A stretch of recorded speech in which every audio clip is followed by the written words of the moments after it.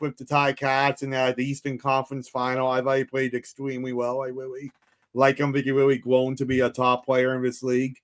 Stuff my gut's telling me is not enough, though.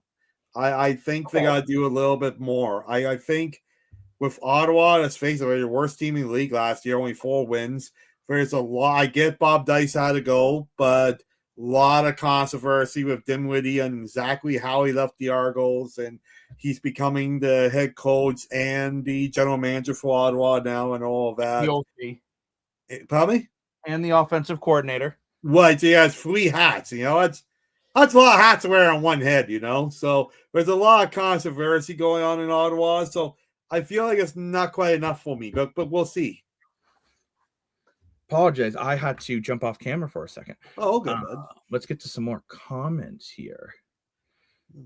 Interesting here. Back to Hamilton. Then we'll jump into more Ottawa. I ran to the Ticats ownership group. Dude saw my Ticats jersey.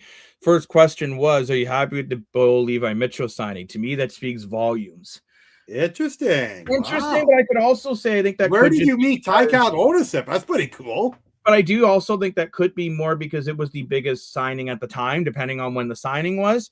It's kind of the same thing like when Austin Matthews was re-signed. Everyone was asking, how do you feel about Austin Matthews re-signing in Toronto? But you know what? I mean, I think Bo Levi Mitchell, again, I don't think he's been the problem in Hamilton personally. I don't think it's an offensive play calling. But that's I guess he hasn't been the solution yet, but I don't think he's a problem. Honestly, I don't like Bell for Ottawa. I don't think he's the right fit. I was surprised, actually, in Ottawa going for Greg Bell. I really thought they would have given Daniel Onababoye a chance to be the feature. Oh, boy. I really like Daniel Onababoye. He had a really good year. I missed him as Argo. Averaging over 6 yards a carry. I think, excuse me, he would have been, I thought they might have went for like a Sean Thomas Arlington and went with Onababoye as their featured back and then left a little more money to maybe bolster up that defense a little bit more. Yeah. Especially with the loss of Adarius Pickett, they haven't really replaced him, which they still might when we get into some of the best players that are still available. Mm-hmm. There was an internal conflict in terms of QB position. Okay, that's interesting. Oh, I didn't know that. I haven't heard that report personally, but if so, that is interesting. Not saying that you're a liar, Chris. I'm just saying I haven't heard it personally. Interesting. To Key's comment, Bell won't have a good year in Ottawa. Wow. Okay. Ottawa gave up the 3rd and 4th most sacks, and that didn't improve their O-line. That is true. Yeah, true. Ottawa's O-line was mediocre. So it is interesting to see how will Greg Bell do where Hamilton's O-line was pretty good? How will Greg Bell do on a different O-line and just a different scheme too? Like Greg Bell is a very different running back than William Stanback and Daniel Onababoye. He's more of a speed back. Where Greg Bell's more speed. Sorry, when Onababoye and Stanback are more of a I'm going to run you over kind of situation. So it'll be interesting. Dan, what are your thoughts on that between Key and Rick? Like, do you not think Greg Bell was the answer in Ottawa? Or do you get what I'm saying, that maybe they just should have seen what Onababoye can do? Well, I think Key and Wick have great comments. I get in theory why they signed Greg Bell, because I do agree the running game did struggle, and that's one reason why they lost, and he was arguably the best running back available. So I totally get it. But I agree with Key. That's why I'm saying, to me, they didn't do quite enough, And I also agree with Wick, too, that their O-line was more of the problem, because it doesn't matter how incredible. It doesn't matter if AJ or left back there. If you can't get a block, we're not going to go anywhere, right? And I feel like with Onababoye, they had the talent already in their locker room. They just had to hit the unlock button. You just had to unlock the prize, Like, I don't. It feels like they got Greg Bell because they could. We're like, okay, we're going to show the fans we're going to spend the money and bring in the big name. That's what it feels like most of it was the best move for their team, if that makes any sense. Yeah, I can actually agree with that. I think Ottawa, there is a bit of a panic, right? Because let's be honest, last year was a disaster. Especially it could be just Ryan Dinwiddie making his mark. Oh, look at me, I'm a GM. I'm going to spend the I'm going to say too, I think because the biggest player. Ottawa, they had a really good chance to be able to get a decent run because they didn't. One of the teams that they couldn't be able to get over the hump in the playoffs was Toronto. and Right. Toronto wasn't very good, right? So, not to say they would have had an easy run against Montreal if they faced Montreal. I don't mean that, but like, you feel like Ottawa was their year to make the playoffs again. Yeah, And it was 100%. a disaster. And It so I took a get they need to massive make step some moves, backwards. and they've made a lot of moves. Yeah, But they've also lost some really good players as well. they did. There's never controversy in Ottawa, Dan. I don't mean on the football field. Nice. With so many new players coming to Ottawa, now you have to get the group to build some chemistry, which isn't easy to do with a lot of coaching changes. Yeah, 100%. So I think Ottawa will be one of two things. I think Ottawa is going to be a lot better or just as bad. Well, I don't see Ottawa like last year. What, they won 4 games? I think they're Yeah. either going to win like 10 or they're going to win like 5. Well, Wick brings up a good point about team chemistry, right? Yeah. You talk about building chemistry and building like a vibe that all comes down to coaching and management and all that. And all that's been changed now, right? So you got to build the chemistry on the field and also build culture. That's the word I'm looking for. And also build the culture off the field now with all this new management. And I shouldn't just say new manager. I should say new manager, because I got one guy doing everything, basically. Yeah, that's it. That's an interesting point, right? So there's a lot of changes going on in Ottawa, including from the coaching, managing staff all the way down. Another comment here. Bell being a speedy back's why I think he'd been a better fit in Calgary. Whoa. I don't see Calgary spending the money on Greg Bell, though, because they already have Dedrick Mills. And I think that's why they went and got Macklin on, which we'll talk about Calgary in a bit, weren't nearly as busy as these Eastern teams. Ottawa's average attendance, I want to say it's around 16,000. A little bit more in Toronto, but still a little bit on the low side. Now it depends, right? Like 2 years ago when they were good, their attendance was actually closer to 18, 19. Ottawa's a vibe, though. I actually really like Ottawa. It's a nice spot. Like for the like where the football arena is, right? It's a nice spot. I thought they did a great job of fan engagement too, with the activation setup and all that. Okay, so actually, last year they averaged 18,136 fans. Yeah, that's more in Toronto. Now the only thing is with Toronto, and I'm not going to be whatever. I'm not saying Toronto. No, I know. I'm just saying because it's not. Toronto does their attendance by ticket scanned. A lot of other teams in the league do it by ticket sold. Right. So it is a different thing. Adam and Lane, they couldn't come out today. No. You know what it is? They're so sick and tired of Dan and I. I work with both of them, number one. So they're sick of me. And Dan, I'm sorry. Lane was so upset that you would not be his Valentine that he couldn't come on the show today. Well, he doesn't need a Valentine. Maybe he's busy getting his Valentine. Maybe his Valentine's Day came late, right? I'm not going to judge. I think the one that needs it is like Adam. He really needs a Valentine for sure. But, unfortunately, they couldn't come tonight. But hey, you know what? We're still here. Yeah, but we still appreciate them, the great stuff, Back to Rick here. Got to keep in mind they are renovating the Ottawa Stadium, so it will be lower to this. So that is true with the renovations going on. Same thing in Toronto, renovations. Hopefully, things are done. Wow, what does that mean? It's Valentine's Day. Yes. No, I think it's talking about your attendance in Toronto. Oh, so okay. So what I meant by that is Toronto's attendance. So other teams go by how many tickets are sold. Goes by how many tickets that's the attendance they put out. Toronto goes by tickets scanned, so meaning they count by how many butts are actually in the stadium. Where other teams and most sports leagues in general go by how many tickets are sold, not how many butts are in the seats. Yeah. That's all I think. Like Toronto's attendance still isn't. I'm not saying Toronto's attendance is good because it's crap. I'm an Argo fan. I love the team. I think the fans that are there are very passionate. But the attendance itself is the worst in the CFL. Let's not kid ourselves. Right. But it's kind of like with the Sky Dome and the Rogers of the Blue Jays, right? So the Argos attendance numbers are more accurate. That is correct. 100% for more accurate. I think the Blue Jays, Sam would know better than I do, but I think the Blue Jays are kind of in a similar boat where they'll say it's a sellout, but then every game the attendance will vary by like 2 or 3,000, even though it's a sellout, and because of all the tickets scanned with standing room, right? So, so the attendance does vary over the place, right? But I think overall, I would say when we're getting back to Ottawa's free agency, I think Ottawa's done okay. I'd still like to see them do more. Mm-hmm. I think that offensive line needs to be taken care of. I think losing Pickett, I think you need to bring someone in to replace Pickett, right? And I don't see why you let go Dustin Crum to bring in Jake Mayer. Personally, I don't really understand that situation. I'm a Jake Crum fan. Maybe I'm biased, but I don't get that at all. So I think that's where, for me, I would say, I'm not going to give my grades, but Ottawa would be towards the bottom of free agency in my personal opinion. Back to some comment section. The Argos playing the most exciting city in the league. Way more options for your sports entertainment dollar. 100%. It's part of the issue. I also think it's marketing in Toronto.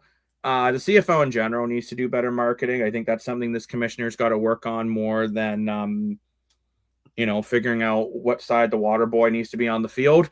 But I guess personally, I don't think there's necessarily as much of not that I'm against the new rules as much as other people are, but I think instead of worrying so much about the play on the field, I think the play on the field's good. I think they need to focus on how to get more people in stadiums and how to get more people knowing about the league in general. But that's a whole other conversation. My issue with Toronto, so Toronto has about 3 million people, and they still can't fill the building of the Argos. My issue with Toronto and the attendance is not necessarily the league and the team. I think it's more of the city.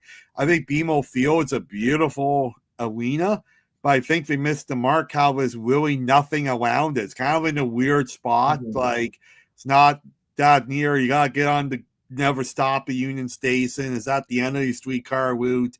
You go out there, but the X isn't going on, which isn't going on most of the year. You're in a giant empty parking lot. There's nothing nearby. Versus you go to Hamilton, right? The stadium's in the middle of downtown core, so there's a lot of things close, walking distance.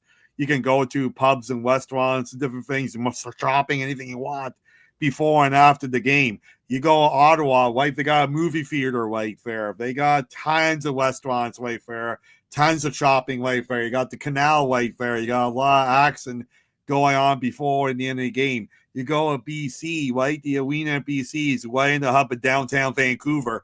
So you got everything going on before and after the game. And I think in the Argos, if you want to do something before the game or want to do something together after the game, you got to go so far away from the arena, deep in downtown. Oh, thanks to Uncle Dougie made tailgating legal. You open a couple brewskis in the parking lot, right? But I think they need to do better to make the atmosphere better. Well, because they can go to Hamilton, Dan, to your point. I wouldn't quite say it's downtown, but it's in a cool spot. Feels like you're going through like old school American football style. Yeah, it feels like small town America, right? You go to Ottawa, there's so many restaurants and bars, and there's a mall, there's a movie theater. You can walk down the canal. It's such a vibe.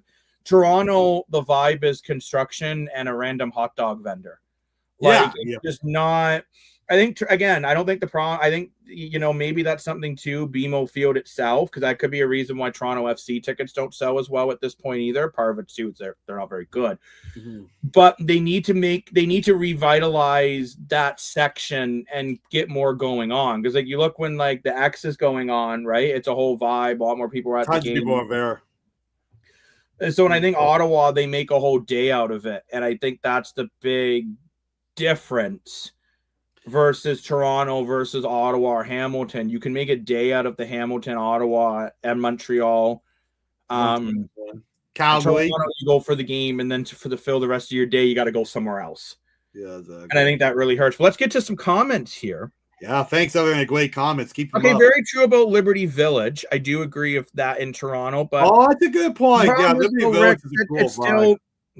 Let's be honest, people are lazy. Yeah. They're not going to walk 10 minutes. I'm not saying it's right. I'm just saying that's what it is. Liberty Village is sweet. We got to go Canada go. Absolutely go Canada go. They have clinched their guarantee to the quarters. I agree. Toronto Argos playing the best city, and the CFL has other teams too. Again, I just think with Toronto, they just got to do a better job marketing, but I think the whole league does. And that's where I've been a little surprised. I thought the focus more would have been on marketing than the play on the field, although I'm not saying the changes to the play on the field will be bad. I just think the marketing was more important right now. We lived in Oakville, had to budget 3 hours to travel to C&E for games, was killer. Wow. Yeah, like we live in Hamilton area, which we're Argo fans in Hamilton. It's an interesting time. I kid. Ticats fans are great. But yeah, it is one of those things that it can be difficult to get down there sometimes, right? And especially when there's been some games where the GO train's been down for maintenance. The GO trains are going opposite, really. Then I gotta fork out my $50-$60 in gas in my truck, and then another $30 to park. Yeah. So, but here about the Jake Maier situation, I think this is an interesting point. Is that you believe Maier is more of a starter than Crum in case Brown goes down to injury? Now, I'd like to point out both Crum and Brown won the same amount of games last year. They did. Each won 2. I actually disagree with you, Rick, on that one. And we usually don't disagree. We're usually we agree on everything. You usually read my mind. I actually feel Dustin Crum is a better quarterback than Jake Maier right now. Wow, interesting. I think Jake Maier is a very, very good backup. But I don't feel if Drew Brown goes down, Jake Maier, it's a very limited playbook you can use. Yeah, maybe Dustin Crum doesn't have the same arm ability, but at least he's got abilities with his legs. And Jake Maier doesn't. So I don't know. I'm kind of iffy on if I like the Jake Maier over Dustin Crum decision, although we'll get into it a little bit. I do love where Dustin Crum went. I think it's a great thing with Jake Maier. I was never a huge fan of him before, but I think he, in my opinion, came a new level playing the Rough Riders. I think playing behind Trevor Harris brought him up to that next level, and I think he could be a starter very soon. Interesting. Too many red pill users. Okay. Welcome back to the desk, Dean. I don't use any pills. Take that as you will. Hamilton has nothing else really going on. The city and are extraordinary intertwined. It's not the same as TL. That is very, very true. It is not the same as Toronto, where Hamilton. Now, mind you, Hamilton's getting the AHL team coming in, but the Ticats culture around Hamilton is awesome, right? Like the city absolutely loves, and they're diehard Hamilton Tiger Cat fans in this town. You see Ticat stuff everywhere year round, right? Oh yeah. Where in Toronto, because there's so many other games going on, that it's a harder market to puncture. I've actually argued. I mean, I don't want the Argos moving out of Toronto, but I think the CFL does better in some B markets versus all these A markets. Although they do pretty well in Vancouver. So. Right. Well, look who decided to kind of show up. How's it going, Adam? Adam, since you're here now, would you like me to be your Valentine? Because Lane only has a Valentine. Jacob's not interested. So I'm not interested in you, Dan. No, you're my brother. Ew. So would you like me to be your Valentine? Ew. Because that's what Lane's doing. I think that's what he's busy with. Anyways, we're not going to get into Lane being busy. But let's move on to a comment. He says yes to you. There we go. Go behind this at work. There was these people being all lovey-dovey. So I just looked at him like, will you be my Valentine a couple years ago? And he's like, Jacob, it's too early. Adam, you've given Dan a year head start. And you said, sure. People are lovey-dovey at work? Wow. People are lovey-dovey at work? We're going to leave it at that. Adam leaves as Dan says that. But I mean, he should have just left. Rick, I agree. But let's move on to the Montreal Alouettes. And again, there may have been some other moves. These are just kind of the major ones that I was looking at here. Dustin Crum, Devontae Dedmon, Stearns, and Knoll. I really like the Devontae Dedmon move. I think they needed better kick returning, and I think they got it. Yeah. I think Dustin Crum is a good backup for them because I feel he can use his legs the way that Davis Alexander does. and I think he'll fit your system more. He can also be your short yardage guy, so it's two birds with one stone. And I think bringing in Stearns is a nice receiver, considering you haven't re-signed Rambo and doesn't look like you're going to. Ouch. However, remember, they did lose Darnell Sankey. In return of the Mac. And Austin Mack. So Montreal has been pretty quiet. Dequoy also retired. Excuse me. So my question more for you, Mr. Moore, and I'm going to give my take on it quickly. I don't think the Montreal Alouettes are done. I don't either. There's still some big names on the board that we're going to look at after we kind of skim over all these teams. Mm-hmm. But Dan, would you agree with me that the Montreal Alouettes are not finished with free agency? That 100% agree. I'm surprised. I think it's great we're getting all these great comments on the CFL. I think it's great we're going in so depth as we are, and we will be going into even more in depth for the other guys on the show. So keep up for that episode. Yeah, absolutely. So, but Dan, if you think Montreal is going to do something else, like I think at running back, I think their running back they were having the third. I think he's good. I think they got. I think his name is Scott the Third. Scott the Third, yeah. I know he had a really good. He had a really, really good playoff. Yep. So I think they're fine there. Playoffs. And I think their defense, as much as they've lost some key pieces, I think they'll be fine. Mm-hmm. I do wonder though with the receiving core, do they need to bring in just a little bit more? Yeah, I think we do because of the guys they lost, right? If you were looking at this of last year, I would have said no, because I think Mac is one of the most underrated receivers in the league. I really like Speaker, but Rambo is underrated too. So I think they really need to get some more guys because the guys that they lost. Uh-oh. Dan, can you still hear me? Yes, I can hear you, but I can't see you move around. Okay, my apologies. My camera's frozen. I can't bring up comments at this very moment. Yeah, I just see your eyes like, oh, like you look very surprised about something. Okay, Dan, I'm going to have to quickly jump out and jump back in, but you can stay on with them as I quickly do that, okay? Okay, well, hello, everyone. So I will be hosting for the first time. This is very scary as I have no broadcasting experience whatsoever. Jacob's a professional TV producer. Lane's a professional play-by-play announcer. I'm just a professional sports enthusiast. I mean, I am taking sports marketing at Seneca, so I know things about sports, but I know nothing about broadcasting. And unfortunately, I can't bring comments up. I don't have those fancy keyboard skills that Jacob does. So, just quickly, down full screen. Wow, this is scarier. Okay, just quickly here. I'll just read the comments on the side here, and Jacob will bring him up as he gets back here shortly, hopefully. Wick was saying, I don't think Stearns will replace Mac, plus with the loss of Rambo as well. And that's what I'm saying, right? I don't think Montreal is done because of receivers that they lost. If they just kept their full core receivers, I wouldn't be so worried about it. But losing those guys are key. And Christopher Bishop 1111 was saying, also made the AC and their OC are going to be. Oh, thank goodness! I was getting scared, Variable. So, how is my hosting skills, everyone? Was I? Now Dan's frozen. Absolutely terrifying. Freezing again. Oh, okay, good. Okay. Dan, now you. Okay. Here we go. We're back, everyone. I apologize for the technical difficulties, but let's get to some comments, and maybe Dan's been addressing these. I don't know. I'm sorry, everyone.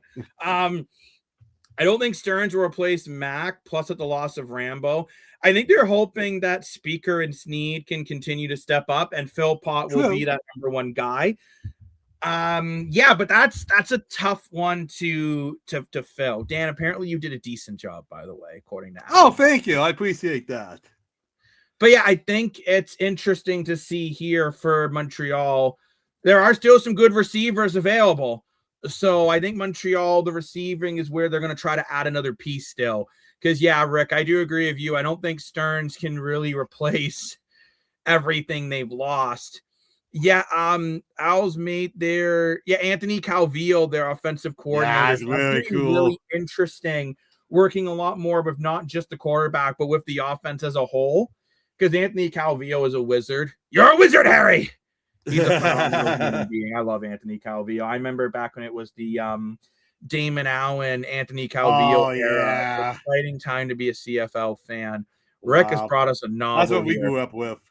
Something here I've noticed. Well, what have you noticed, Rick? We'll find out. We've seen more American players coming into the league this year over players resign, which is why we see a lot of young players still unsigned due to demand.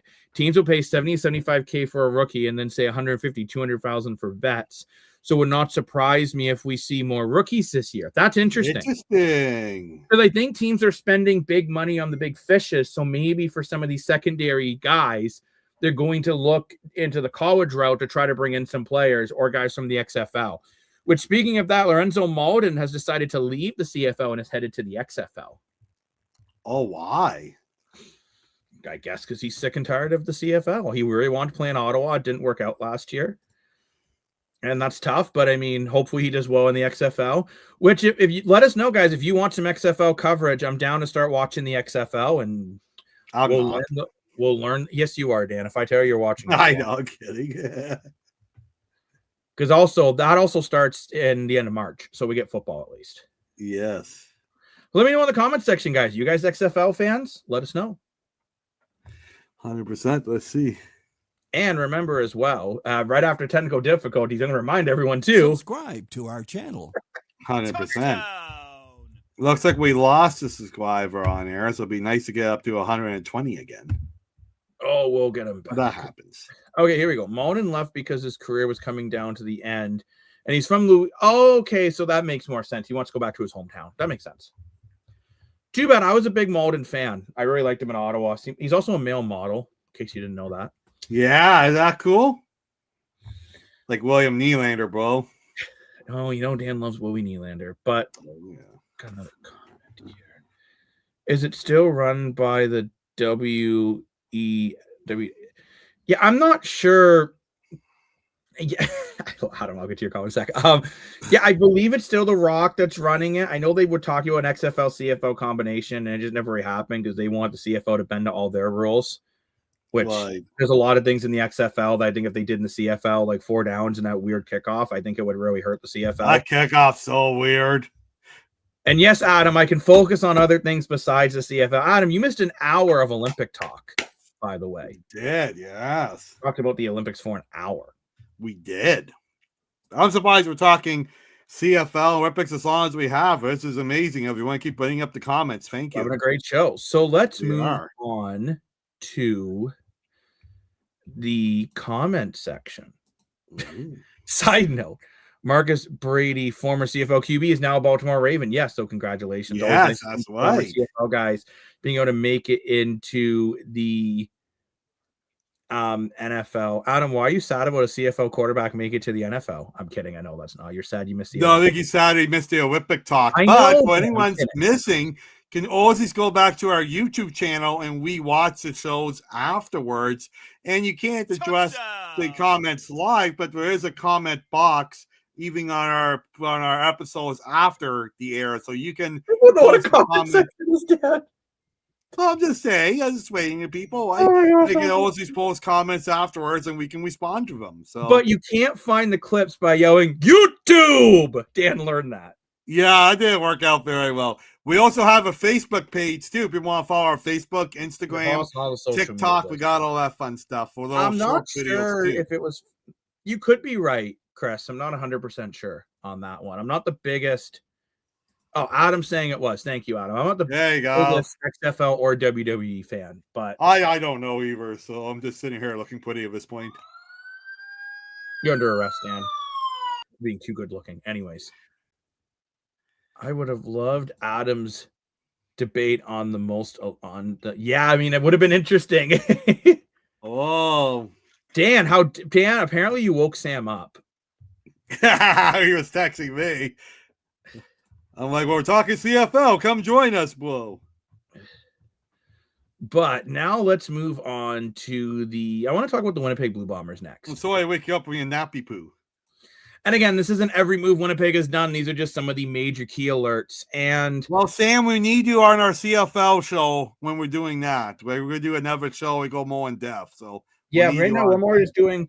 Sure, I'll be honest. We've gone way more in depth today than I thought we would, which I absolutely love it. But Dan and I are big CFL guys. So you see in Winnipeg, I think people thinking that they were going to rebuild by what they've done. I think they're showing they're hoping a retool can get the job done because they're bringing in Knox, White, Neal, Moxie, Serezna, just are the few key guys that they're bringing in. And I think Jake Serezna is really going to solidify that defensive line. I think Santos Knox will do a good job at replacing kind of what Adam Bighill used to be for this team, like a really solid linebacker, because I felt that was really a gap. Tommy Neal and Tim White are two really solid receivers as well. 1,000-yard guy for Tim White. Tommy Neal just won a Grey Cup and was a big piece of that for the Saskatchewan Roughriders. So, Dan, maybe not as busy as Ottawa, Toronto, or Hamilton, but Winnipeg has made some pretty nice additions. Wouldn't you say so? I'm really liking what Winnipeg did. Because Winnipeg, maybe we're not the dynasty if it used to be, but they are a championship caliber franchise. They went out for got championship caliber players. They got franchise veteran players. So yeah, we're not bringing in a big group of players, but the players they're bringing in are key to winning championships, and I really like what they're doing. Because they weren't that bad. They didn't make the playoffs last year, right? So we're not that far off. So I really like what they're doing. I think quickly I will address. I think they need to get a backup quarterback still. Like another guy, because I don't know if Chris Trevor is going to play this year or not. Yeah, so sad on his knee. Interesting to see, too, if Collaros, hate to say, if all the concussion problems he's had, if he's going to be good to go. But I think Winnipeg is certainly, I like the additions they've made. I see Rick here. Rick, just so you know, Lane cannot stand Tim White. He was so happy that he left Hamilton. But yeah, Tim White does have an issue with dropping his balls. Take that as you will. At the wrong time. And it's something that has been a critical problem for him over the last few years. However, he is a 1,000-yard guy. I think they felt they needed another deep threat besides of Dembski and Pokey Wilson. And by adding Tim White, he's that third option. And I wonder even, too, is he going to be used in the kick return game with the punts a little bit, too? You know, so it's not always Vavel since he's sometimes used on the defensive end. Is that ex-CFL or Quebec head coach? Yeah, he's just been named the head coach of the Texans. So we're seeing some CFL stuff every week. Same as Smiling Hank. He's in the NFL coaching, isn't he? Was in the 2000. The Rock and his ex-wife own the UFL XFL. Yes. Are we streaming on Rumble? I'll be honest with you, good sir. I've never heard of Rumble. So I'll look it up. Maybe we'll start streaming over on Rumble. Who knows? We are on Twitch too. If you want. Currently, we are streaming on Twitch, YouTube, and Facebook. And for anyone who says Facebook is for old men, well, I'm 31, so I'm an old fart. That's why I use it still. All my people I work, Facebook, blah blah blah. Anyways, Sam, you're working on assignments. Well, I say I was working on that earlier today. Put the gas and ass in assignments and be on a podcast instead. I'm just kidding, Sam. I know you got to get your schoolwork done. No, I was working on assignments earlier today. I got to do more assignments tonight. Yeah, Rumble. I didn't mean to click that one again. It came on the second I tried to click another comment. And my thing that worried me about Winnipeg is if Collaros goes down, they don't have a – yeah, and that's my thing too. And again, we'll get into it more when I show a list of guys, some of my top guys that are still available. But yeah, that is it. But that's kind of where I think Winnipeg still needs to find someone else. Like, I don't know if they even still have Wilson. I think they do. And if they do, Wilson's not a guy that can win games for you. I know they won games with Strevler, but that was more just because their defense played phenomenally. I think they need to bring in a guy that can at least throw a football. By the way, I love Chris Strevler. I think he's a phenomenal human being. I just think of the injury he's had. I don't see him coming back personally. I could be wrong. He hasn't said he's retiring yet. Who's their running back again? Their running back's incredible. Brady Oliveira. Thank you, Oliveira. Yeah. So I mean, they brought in a lot of weapons. I like it. They brought in a lot of weapons and pieces, but they still need to maybe bring in a backup QB. But overall, again, we're not going to have our grades today. That'll be for another day. but that'll be very soon. Hope we record that over the next day or two. But what are your thoughts, Dan, on Winnipeg overall? Like, do you think they've done a pretty decent job, or do you still think? Yeah, I do, because I feel like this team didn't need a rebuild. I thought it needed to retool. They made the playoffs. They almost won their playoff game, and they went out there and they got key veterans to retool this team, and not just the players that they brought in, but the players they brought back. They brought back Brady Oliveira, which was a shocker. They're sticking with Zach Collaros as arguably one of the best quarterbacks in the CFL, right? They're sticking with Michael Osei as their coach, as he almost came to Argoland here, right? So it's not just the people they brought in, it's the people that they kept too. Yeah, I would totally agree with you, Dan. Don't worry, I'm not frozen. No, that's okay. I just want to say welcome back. We were asking about Wumbo. He was on here before, wasn't he? So yeah, asking if we did CFL content, and now you can see we do. That's right. Yes. We were talking some Olympics about an hour ago. We've been talking CFL for almost an hour now, which is great. So yeah, we've been on for almost 2 hours. And Dan, I hope you're not sick of it yet, because we still got some more content to go through. No, I'm good to go. Just going to say, if whoever's new, you can subscribe to the channel. That's a huge help to us, and follow us on our Facebook page, Instagram, TikTok. Every follow, every like, every share, every comment. We love the comments. Helps us bring the algorithm up over 53,000 views on YouTube now. So thank you, everyone. The more that happens, the more we can do for you. So thank you so much, everybody. Absolutely. But I think that's enough we need to say about Winnipeg. I know we talked a lot more about Toronto and Hamilton, but we just have a lot of Toronto and Hamilton fans they were the busiest teams too, right? And again, we're going to go more in depth about these in another episode. Today's was just more of a catch-up episode, if you can relish the thought. Ha, ha, ha, ha, ha. Let's go to Saskatchewan. So I like some of the moves Saskatchewan's made here. I think Vultures is a great player. Letcher is a great player. Woods is a good player. My concern is replacing Mario Alford with Letcher. Yeah. If I'm going to be honest with you.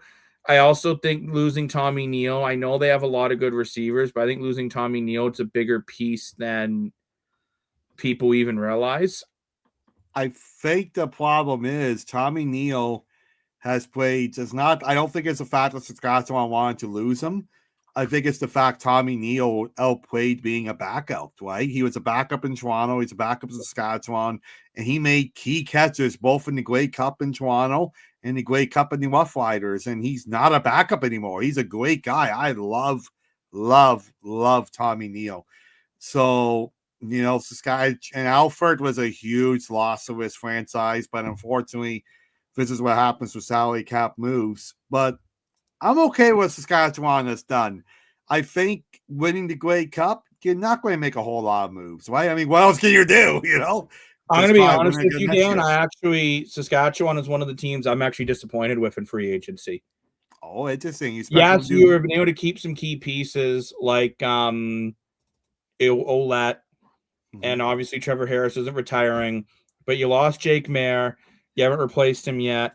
I don't think Letcher Jr. is going to replace Mario Alford. You've lost Malik Carney, who's one of the best defensive linemen in the league. Oh, why? Yeah. And I think Saskatchewan will still be a very good team. I think they could potentially run it back. But bring it back. If I'm a Saskatchewan Rough Rider fan, I am somewhat concerned about some of the pieces they lost. Are you upset? Actually, yeah. If I'm a Rough Rider fan, I am a bit disappointed, because I'm happy you brought back AJ Olette. I'm happy you have Trevor Harris. You know what? You have a lot of good wide receivers, but there's also some receivers that you've lost. And you're hoping Johnson will have a big year again. You're hoping Schaefer Baker's healthy. But Tommy Neal was one of those guys, when a lot of guys are injured, he stepped up and played a major role. And losing Malik Carney in that defensive line, I know the defensive line is still good, and I believe Dwayne Hendricks was also there last year as well. So that's two really big pieces on the D line. Now, Vultures is a good player on that defense to help in that situation. I just worry, did you lose a little bit of your identity? Because the identity, in my opinion, of the Saskatchewan Roughriders is the line, whether it's the defensive line or the offensive line.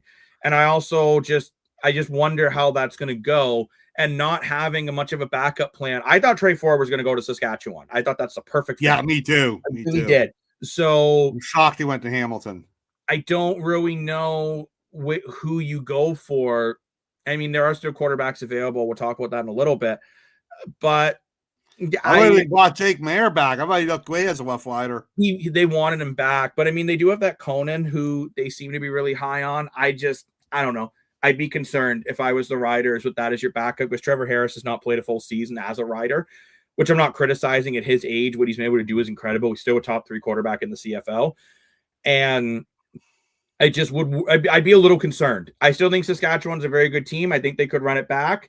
I just worry about there's no backup plan if Harris gets hurt, and the D-line is not as strong as it was last season, but it is still good. So free agency's been okay for them, but I thought I would have liked a little more so far. So as a Rough Riders fan, you're upset. But the question is 50,000 disrespect? Yeah. Interesting comment here. The Edmonton Elks have nowhere to go but up. Key, I'm not sure if you're still in here. He's a big Edmonton fan. So I think it's time we talk about those Elks. Unless, Dan, you have anything else you want to say about the Riders? No, I think it's interesting that we have different views on it. So CFL free agency is nowhere near done yet. Still a lot of big names out there. We'll be giving a final grades in another episode of the whole game on set here. And we'll definitely get more into the Rough Riders. It's probably arguably the most controversial so far in free agents. So very interesting. We both disagree on it. Well, let's get into those Elks, which I do agree. Nowhere to go but up. They have made a lot of moves. Return of the Mac. Malik Carney, Taylor Powell, Woodmanson, Brudner, Murray, Orange, Robustelli, Mac. They did not get Wheatfall. I did not. Sorry, but a couple of the Hamilton guys are on this one, so this is incorrect. I apologize. I must have downloaded I was building a couple graphics at once. I think I just threw the wrong one in here. But go from Austin Mack up, and as you can see, there's a lot of changes. What do you think, Dan, about Taylor Powell coming in to be the backup quarterback for Cody Fajardo? Was that similar to the Trey Ford situation in Hamilton to you? Yeah, I thought.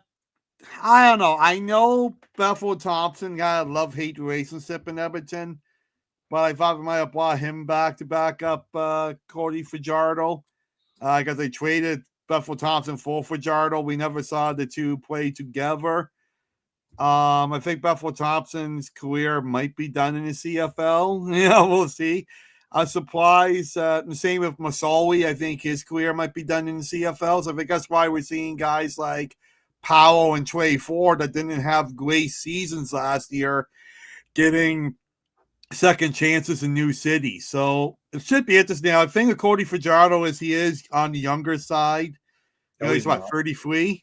33 roughly, so I don't think you have to worry about age and management the way you do with Harris and Bolivar Mitchell and Quarles and all that. So I don't know how much playing time Powell is going to get in Rough Rider land, but Edmonton land. But yeah, hopefully he plays better in Edmonton than he did in Hamilton. Cody Fajardo, you're right, Dan, is 33. But he has talked about how he doesn't know how many more years he wants to play. Oh, he'll be fine. So they used to have Mason fine, which I'm not, she's not even but no, I really like what Edmonton's done. I think they've really revamped. I thought they might have got Dustin Clum too. No, I really like Taylor Powell going to Edmonton. Oh, I think he's okay. I think Taylor Powell's very good. Reports said that Hamilton wanted to keep Taylor Powell, but I guess he did not want to stay. And I think Trey Ford's a good option in Hamilton. Don't get me wrong, but I thought, for example, Saskatchewan would have went for a guy like Taylor Powell. That would have been perfect. Oh, okay. But I do like the backup. I do like the backup role for Taylor Powell in Edmonton. I think he's a guy that, potentially if Cody Fajardo decides after this year to hang up the cleats, that he can still. Hopefully he doesn't. I think he's still got a lot more in the tank. Yeah, I agree with you here. Austin Mack, especially, is a brilliant. That's the big one I was happy about. Especially too, you know what, with Steven Dunbar and Curly Gittins Jr. out the door, but you're bringing in Austin Mack and Robustelli. That's another really good receiver out of Saskatchewan, by the way. Yeah. And here's the proper list for Edmonton. I apologize, everyone here, but a lot of big moves here. Same with Leary Orange. I was going to say, I like Orange too. Good role receiver. But Austin Mack and Malik Carney are your two really big, and even Jordan Murray, really good defensive player out of Montreal. I believe Montreal. So you're getting, some really good pieces in Edmonton. But I think this Austin Mack signing, I remember as soon as Montreal cut him, I'm like, Edmonton's got to give him whatever the hell he wants. Yeah, I'm shocked Montreal to cut become him. An elk, because I really feel he was one of the best receivers on the market. Yeah, and if you're Edmonton, you really need some more receivers to work with, because you have Justin Rankin, who's incredible. I thought Victor really improved as the season went on. You have Leak too. Leak is great. Was a great returner, but I felt the receiving core after Dunbar and Julian Grant. Remember, you still have Julian Grant, who had a pretty decent year once he got comfortable at Edmonton. So now your receiving core will be Mack, Julian Grant. You haven't re-signed. Oh my gosh, I'm drawing such a blank. Curly Gittins Jr. is gone. Sorry, I was saying Gittins Jr. is gone. But you'll have Matt, Grant, Robustelli, and Victor potentially as your four receivers. And no now Dunbar. You got. But now you got Cody. Sorry. Go ahead, Dan. I'm sorry. Let me cut you off. I was going to say, now you got Cody Fajardo as the starting quarterback with these great receivers to work with. And I like the Brandon Powell signing too, because Cody Fajardo knows it's his team. It's no controversy like last year. Oh, it's a trade for Cody Fajardo. So now that you have four top-notch wide receivers and you have a true destined number one quarterback, I think Edmonton's making the playoffs this year. I really do. I think they were so close last year. I think this team probably improved the most. I think this team's going to do incredible. And I will say this too, for Edmonton, you might say, well, they lost guys like Serezna, but when Serezna was hurt, the defense looked great. The defensive line looked great. Losing Congo is a big loss on their D-line as well, but I actually think Edmonton needed to lose defense to afford offense. Yeah, and bringing in Mack, Robustelli, and Orange, I think will really impact this Edmonton offense drastically. And I want to remind you guys, Austin Mack had his best year playing with who? Cody Fajardo. Austin Mack, if he could have stayed healthy, is an NFL quality wide receiver. So I think this is a brilliant move for Edmonton. As much as I would have liked if they had kept Steven Dunbar, I thought he looked really good there.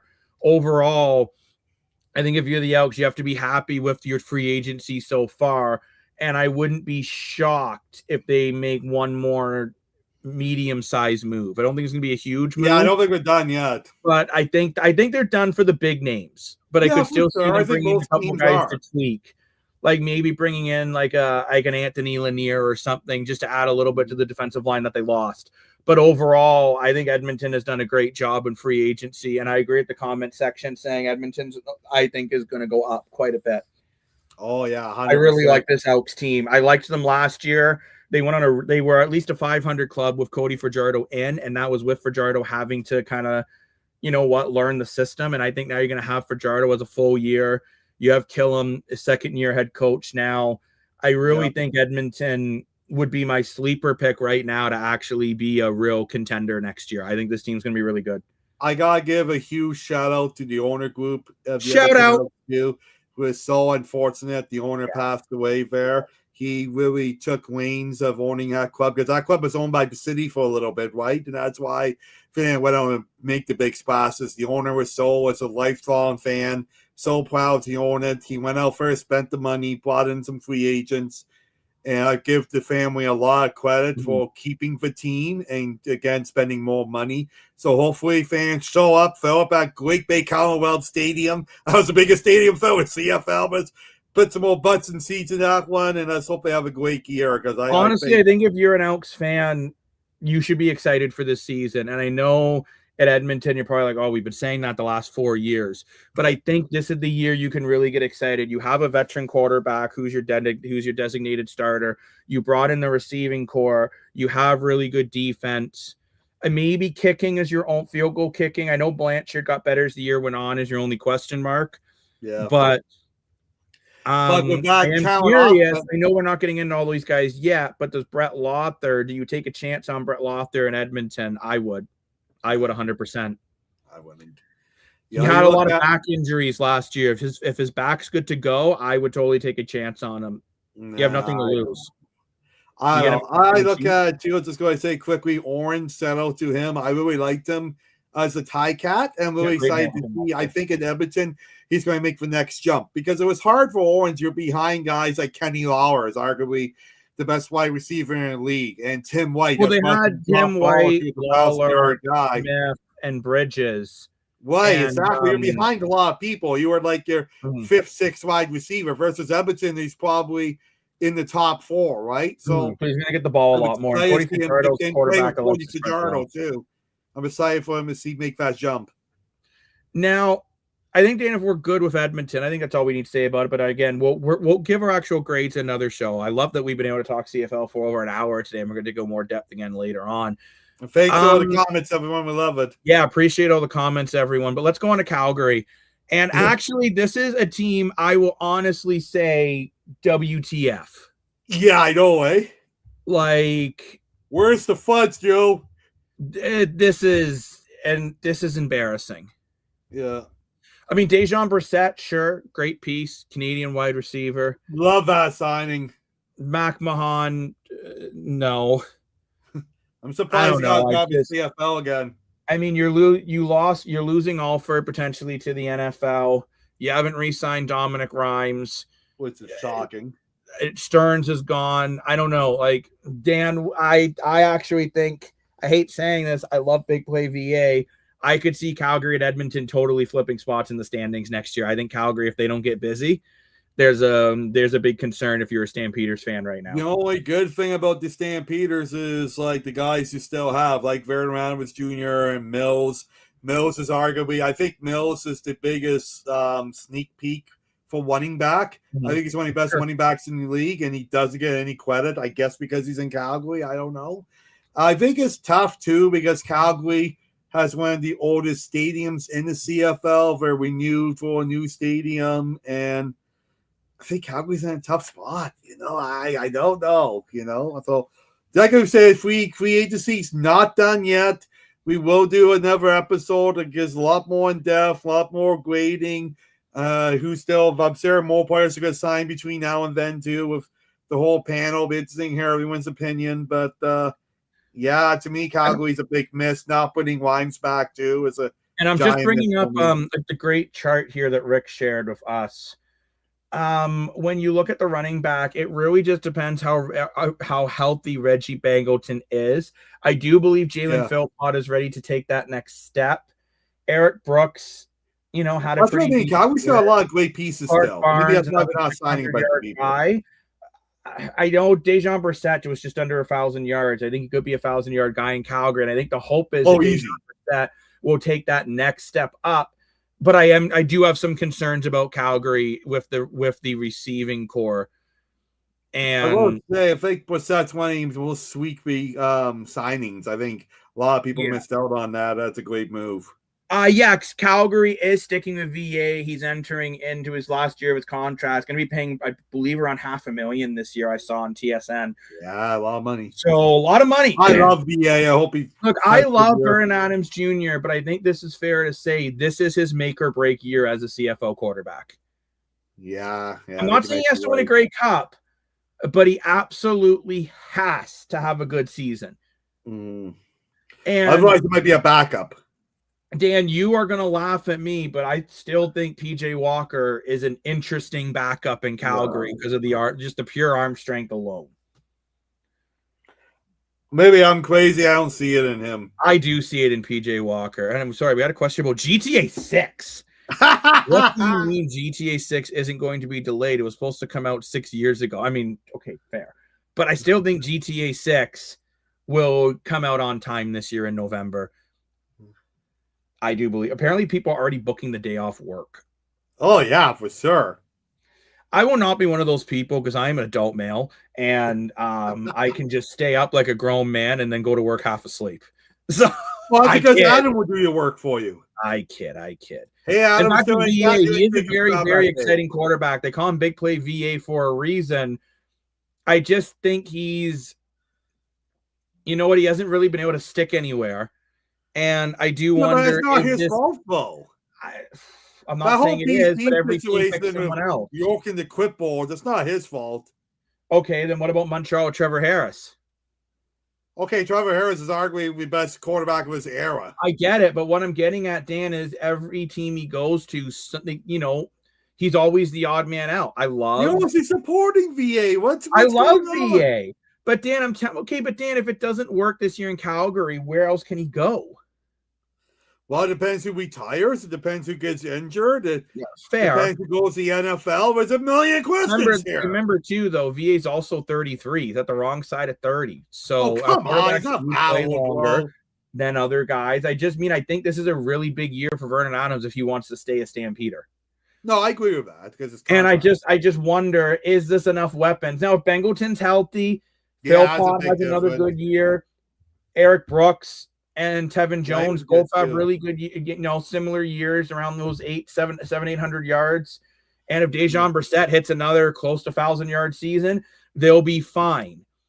It's just a lot of F's. And losing Dominic Rhymes, who was a very steady, dependable receiver for them, you just better hope that Reggie Bangleton is healthy and good to go. Because if not, if you're going Phil Pott, Brissett, Brooks, and Jones, I'm a little concerned if you're Edmonton, but they know things that I don't know. So, and I mean, as you said, Dan, they do have Dedrick Mills, who is arguably the best running back in the CFL, and their defense is phenomenal in Calgary, right?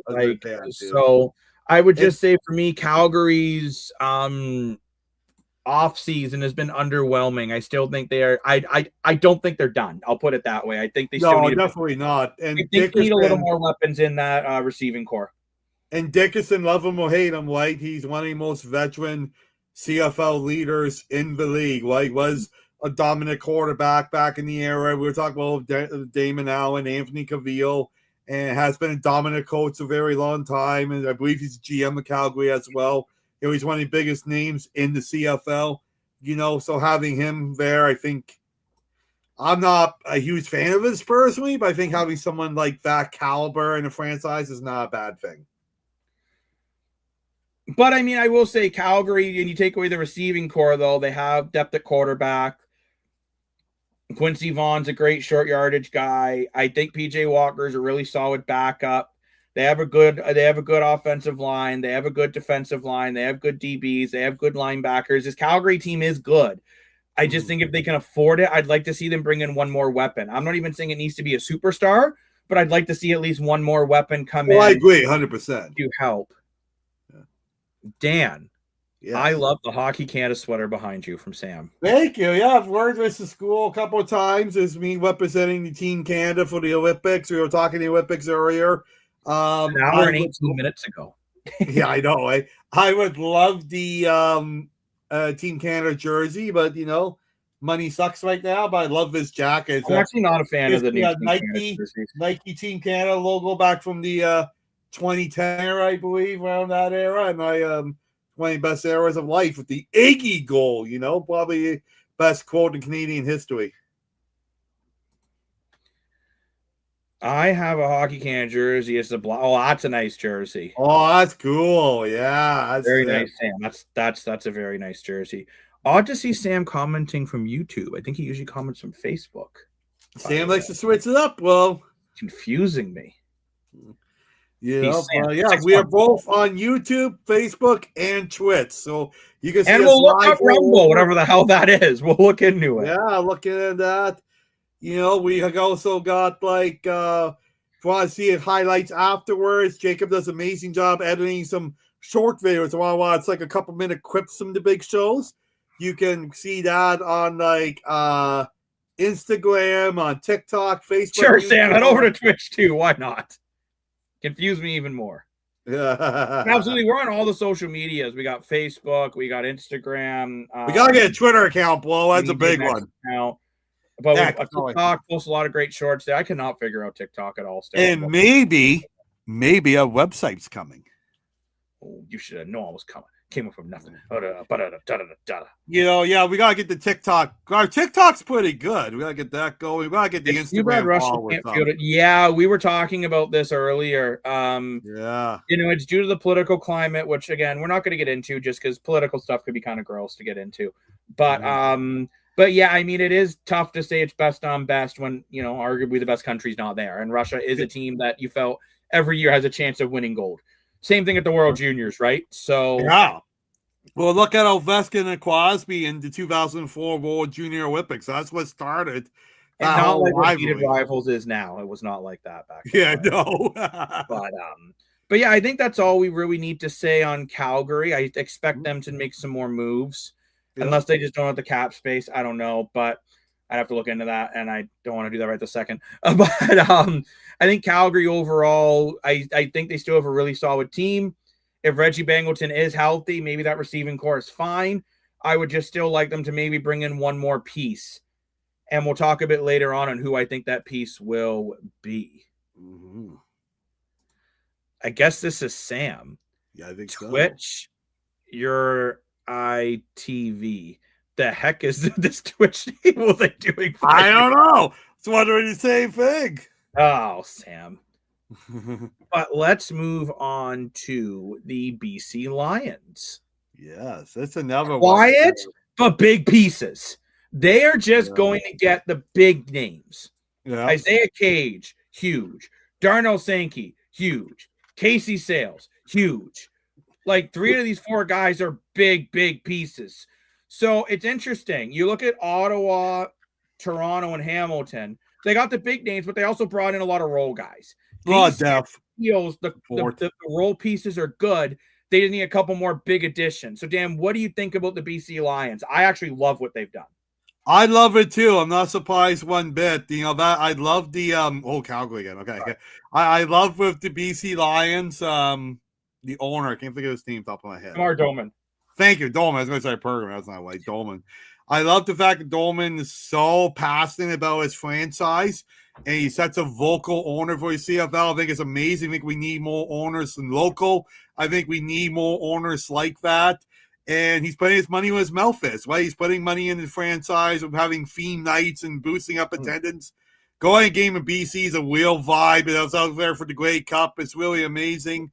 I love the fact of buying the big names. And you look at it, I think this year, the BC Lions was very close. They made it to the Western Finals. I made fun of York in the past. I think York has really Mr. Clipboard. Yeah, exactly. That's what we called him because he quoted clipboard in the NFL for 4 years. But I think he really stepped up to be I agree with you. Not just a great franchise quarterback, but a great leader. And he's worked his way up to that. And I think BC has a lot of big – sucks they lost Alloway, but they got a lot of big names in that team. I think they were close. I think they're doing exactly the just right thing of adding a couple key players and leaving it alone. Well, and you know what I like with BC is I think they're a team that has done a good job at just knowing where they needed to fill and where they could lose. So they lost Eberhardt, who was a very good deep threat, but they still have Hatcher, McInnes, Berryhill, Cote, and then they brought in Myalja as a bit of a veteran there. So your receiving core is completely fine. Maybe that's why the only thing is they only have 2 quarterbacks under contract, so I'm assuming they're going to go for someone else because it's Rourke and Bryce. I think Bryce is quite capable of being the backup there. I think Bryce has got a bright future. I like him a lot.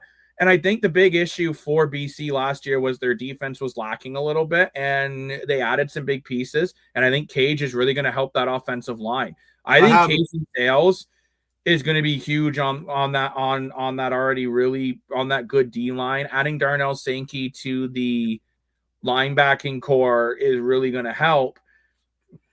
And you know what? TJ Lee is going to be there from the start of the year. I think BC, although they haven't made a lot of moves, they've made the right moves. And last. But before you do, Dan, we got to do something very important. 3, 2, 1.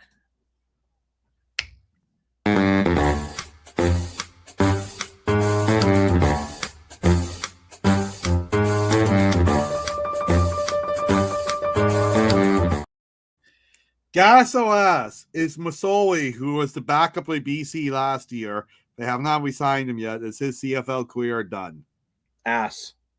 See, I think Gas. I think he's done. I'm not telling you where he's going yet, but I Oh, think we got to stay tuned to our next episode. well, either that or maybe a little bit later in the show. But we still got to stay tuned for our next episode anyways, because we're going to get even more depth. We're going to Sam agrees with you, Jacob. He's saying an ass. You think someone's going to re-sign him? And all 3 of his accounts. Awesome. Which, yeah, the next show for CFL, we're going to more break down each team and what these additions have done for the team more. We're just more talking about the additions in general. We're going to talk more about the additions and the subtractions and overall grade. As I say, we got to talk subtractions. We haven't done that tonight. Yeah, that's not going to be a tonight thing. We've already been on for almost 2.5 hours, which great. is awesome. Thank you, everyone. We appreciate all the great comments. By the way, between Facebook, Twitch, and YouTube, we've had well over 100 comments tonight. Yeah, so thank you, everyone. So really give yourself a round of applause. We love all the comments here at the Analyst Desk. We really appreciate them. We do. I think it showed us that BC feels they are close enough taking the West away from Saskatchewan. I agree. Yeah, I agree. 100%. I think they're a team that feels that they needed tweaks. Not so much redoing the whole team. Like, I think by adding Isaiah Cage, you're adding a phenomenal offensive lineman. By adding Casey Sales, it's not all on Matthew Bett's shoulders to be the guy on the defensive line. And Darnell Sankey is a game changer, right? Oh, yeah. So I agree with you in this comment here. I think that that bringing in these pieces shows that they feel they're close. 100%. Versus like Toronto and Ottawa felt they were a long way away. And even Hamilton, I guess, felt they needed a lot more changes. Even though they got to the Eastern Finals, they felt that they need a lot more to get to the Grey Cup. I almost said a bad word there, buddy, with CFL talk. Hey, you know what? The Super Bowl was recent. The game was terrible. The halftime show was actually pretty cool. Buddy, bro. You did a good job. And if you didn't like the halftime show, that's fine, too. I think we can all have different taste in music without everyone yelling and calling people mean names. So, yeah. But yeah, I think I do agree this comment. You like that? 100% about this comment, though. I think BC. Yeah. Now, my question is for you guys, though. In comment section, please jump in. Clap, clap, clap. Yeah. BC feels they're right there. Do we feel they're right there? Without going more into depth, just give me a quick answer. Yes or no? Yes. No. Oh. Tune into our next episode to find out why I said no on that one. Ouch. But I think that's fair to say about BC. I mean, I although I do love what they've done in free agency. Me too. Overall, I think they've done a great job. Oh, we got a yes and a maybe. Yes. Oh, from the same person. Maybe. No, we got a yes from someone else too. Oh, yes. Okay. Sorry, I didn't see it. Sorry, Dan. Thank you. No problem, bud. So Sam, though, I'm curious, and hey. I can't say like yes. I think Sam's saving his answer for the next episode because he'll be on the next episode. Very true. Football Talk with Sam. Check it out. But I think now let's move on to who do we have left? No one. 1, 2, 3, 4, 5, 6, 7. 9 teams. Bud. We've done 9 teams. Have we done all 9? Yep. We have. So now let's move on to another part that I want to talk about before we sign off for the night. Unless there's anything else you guys want to talk about tonight. I do have another topic that I might bring tonight. I might not. We'll see how awake Dan is. I feel good. Nathan Rourke will take the next step. You'll see. Actually, I thought Rourke looked really good in the playoffs this year. Even the game he lost, I thought he played great. He did, yeah. 100%. I thought Rourke took that next step last year, and let's see, maybe he can take that next step again. But we talked about all these great players and where they've gone. But what's interesting, there are still a lot of good players on the board, and this is just some of them, by the way. McLeod Bethel-Thompson, Jeremiah Masoli, Trey Adams, just as I forgot how many big names are still available. We still have William Stanback, Dominic Rhymes, Charleston Rambo, Braylon Addison, Stephen Dunbar, Tavares Daniels, Dalton Schoen. I didn't mean to put him on there twice, but I did again. Sean Lemon, Micah Alway, Adam Bighill, and Brett Lothar. I think Brett Lothar still going to sign somewhere, even though he struggled last year. Wow. Big names on the board still. Holy cow. That's why we got to do another episode, right? Because I'm sure between now and by then, the way, things may there's fun. still way more players than this. These are just some of the top names that I These are felt the on big the market. ones. Yeah, And I will say this quickly: the BC Lions, I think, will sign Trey Adams as their short yardage quarterback. Oh, interesting. Okay. I think Trey Adams showed some real upside in Ottawa on the little bit of action he got. Right. He's exciting. And I still think you want to bring in another option at QB. I don't think you want to just use one of your running backs to do your short yardage. I think you want a third guy. I agree with that. And I think Trey Adams would be a really nice fit in BC. Yep. But Dan, out of those names on there, what's a name that you're surprised is still available right now? Michael Holloway for me. I thought he was going to be signed right away. I kept thinking to myself, where did he sign? Because I thought Fusari had to be signed by now. I get there's a little controversy behind him, but his skill level is next to none. He just runs his mouth. He's a hell of a player. Yeah, I'm shocked he's not signed yet. Yeah, it will be interesting to see where he ends up. Someone's going to have to pay top dollar to get him because he's a hell of a player. Yeah, some breaking news. Quarterfinals. Thank you very much, Sam, for that. Good to know. Brad Marchand will be playing in the quarterfinals. Yeah, we talked about the Olympic stuff over an hour and a half ago now. Yes. Which is crazy. We've been on for 2.5 hours so far, which is great. My surprise on a guy that isn't signed yet is William Stanback. That's another one. I do wonder, are Toronto and or Hamilton looking into bringing this guy in, and maybe he's just taking his time between Toronto and Hamilton on where he's going to go? Probably looking at some real estate, maybe doing some real estate comparison in two markets. Well, I mean, Toronto, Hamilton, you could literally move to the same house either way. Yeah, but you want to live on different ends of the GTA, depending where you go, whatever. Because I still think Toronto's biggest thing they still need to fill if they can afford it cap-wise. I still would like them to get another running back. For sure, yeah, 100%. So, and also Dominic Rhymes is another name that I thought would be signed by now. Yep. And you have to wait until next episode to when I tell you where I think Dalton Schoen's going to go. Yes, that's a good one too. Because Dalton Schoen is also another big name on there. And yes, Tom Wilson will not face any suspension for the. Yeah, that was good news we found out too. Yeah. Thank you, Sam, for the updates. Thank you very much, Sam. Appreciate it. But yeah, and by the way, that's not even like 10% of the free agents still available. So that's why I know you gotta look over the players some players some colleges, universities, guys got cut from the NFL. XFL, if we were going to do a pure CFL free agency, I think we would have needed 5 hours today. Maybe we try to talk Rick's 13-hour show. I'm kidding. I don't think Dan. No, I have Rick a lot of credit what he did, but I ain't doing that. But before we go, Dan, I want to do a gas or ass with you. Okay. Before we go, and it is not about the CFL. What?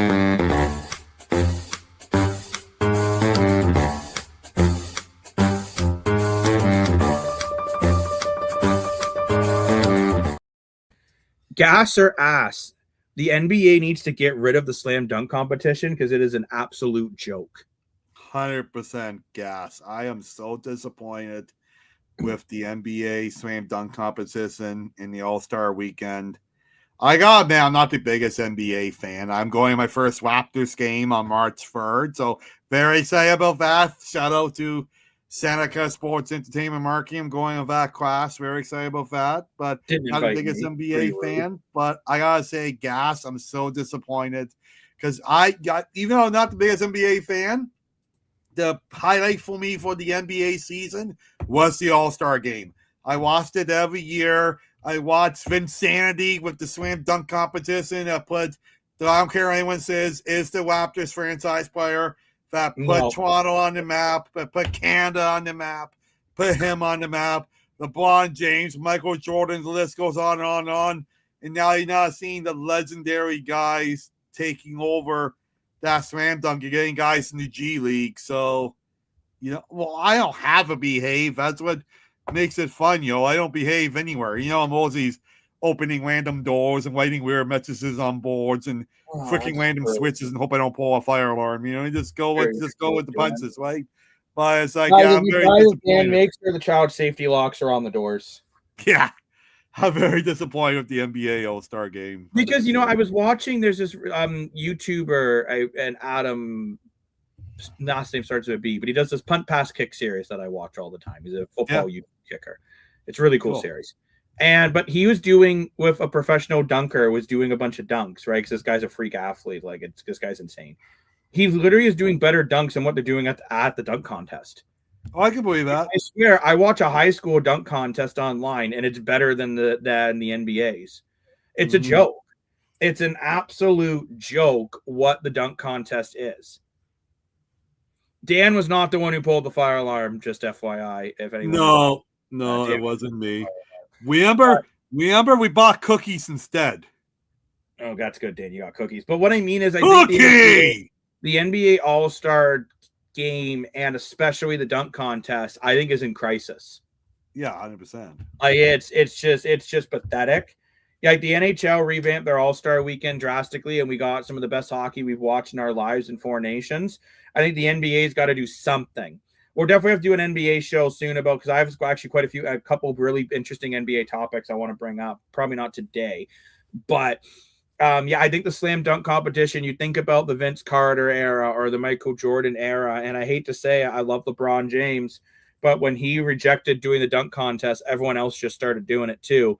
And the dunk contest, as Dan said, now it's a bunch of G leaguers. Like the guy that won the dunk contest this year, his dunks have seen better in-game dunks than I did at the contest. Dan is so upset about it, he won't even look at the screen. He looks terrible. I just want to say, because normally at the end of the show, I kind of tick Jacob off and start reading scores of different leagues. So if there's no action going on this weekend, there's no NHL thanks to the Olympics, there's no NBA because of the All-Star break, there's no NFL because we just had Bad Bunny and Super Bowl. CFL's not on yet. Everyone's still figuring out where we're going to buy the next home. And the baseball's not started yet because Jason in Florida. So, how am I going to end this episode by pissing Jacob off? So I thought of it. But Daytona 500, yo, this weekend. And shout out to Tyler Reddick that won the Daytona 500. We also had Ricky Steenhouse Jr. came in second. Joey Longo came in third. Chase Elliott came in fourth, and Brad Keselowski, that's a long name, I'm not going to read, came in fifth. So congratulations to the guys. And hey, do you want to talk about NASCAR? Let us know. It's an interesting sport. Also, big, huge shout out to Formula One as the Formula One season starting up any minute, and Cadillac and Audi are back in the Formula One game. Very, very exciting. And the Toronto Auto Show is going on over this week. If you want to see, obviously it'll be replicas. But you want to see replicas of the Cadillac Formula One car and the Audi Formula One car. They are debuting, making their North America debuts at the Toronto Auto Show this week. And so go check it out. Watch out for some auto show content. That's all I'm going to say. I'm not going to spoil anything else. Right. But there's a lot more different content coming to the Analyst Desk very soon. I've been working on some content in the background that Dan doesn't even know about yet. Ooh. So it's a very exciting time at the Analyst Desk, and a lot of big news is coming up the next couple months. So make sure you stick with us. I do want to thank everyone who joined us for this show that was well over 2 hours. Yes, Sam, a website is coming. You are right about that. I'm in the process of that, but there's some other big stuff coming as well. Yeah, so March 6th and 8th is the start of Formula One. So we both talked about, maybe we talked some Formula One here. So let us know if you want us to talk about that. How the RV show's in a couple weeks too. Yeah. Websites, Sam? Yeah, I already put that up. Check I already website. You're listening to me. But yeah, too busy Googling stuff. Need to be, yeah, Sam, absolutely. We will be looking for writers very soon, actually. So if anyone is interested in teaming up with us at the desk, let us know. And always, you send us an email at the Analyst Desk Sports Show at gmail.com. You can DM us on Instagram, Facebook, TikTok. I think you can DM. Yeah, you can DM on TikTok. I'm not a big TikTok. I don't really like TikTok. I love TikTok. I hate TikTok. Blame TikTok, if you know that song by Uncovered Time. Mm-hmm. But guys, I do want to thank you very much for joining us today. I remember Dan, I said to Dan, oh yeah, we'll probably come on for like an hour or so. I got to go to the bathroom. Oh, Dan loves going to the bathroom. But I will say, though, guys, thank you very much for joining us. We will have a lot more CFL content coming to a theater near you very, very soon because you guys clearly love the CFL stuff as well. So, ha! To people who tell me it's too early to talk CFL, and I tell them that they're wrong. And of course, we'll have a lot more Olympic content coming up. We'll try to do some stuff maybe tomorrow about the games going on Tuesday. And yeah, like I said, we have a lot more interesting content coming up. So make sure you stay locked in with us at the Analyst Desk. But I think it's time that we sign off. Dan has to pee. I need a drink, a non-alcoholic beverage. Yeah. Have some water. But I want to thank everyone for joining us at the Analyst Desk, where every day feels like game day. I'm Jacob Moore, the sports analyst, and was joined by the amazing, incredible Mr. Moore for your money. Woo! And as Sam says, bye. So until next time, thank you for joining us at the desk. Subscribe to our channel. Feels like game day. And if you haven't already, please subscribe to our channel. It'll feel better than getting a touchdown. And you can even play the bongos. So thank you for joining us at the Analyst Desk. We'll be back tomorrow with some more content. But until next time, it's always game day when you're at the Analyst Desk. Thanks for watching. Dan, you flung your hands up. What? We're going to come back tomorrow. I didn't know that. Well, yeah, I literally just said we were. Okay. Well, if you don't, I will by myself if I have to, Dan, because I deliver the content that the people want, that the people need, that the people believe. And when you listen, you will see the Analyst Desk as we never leave. Yeah. So until next time, thank you for joining us at the desk. Every day feels like game day. We'll see you guys tomorrow. Bye-bye. Bye-bye.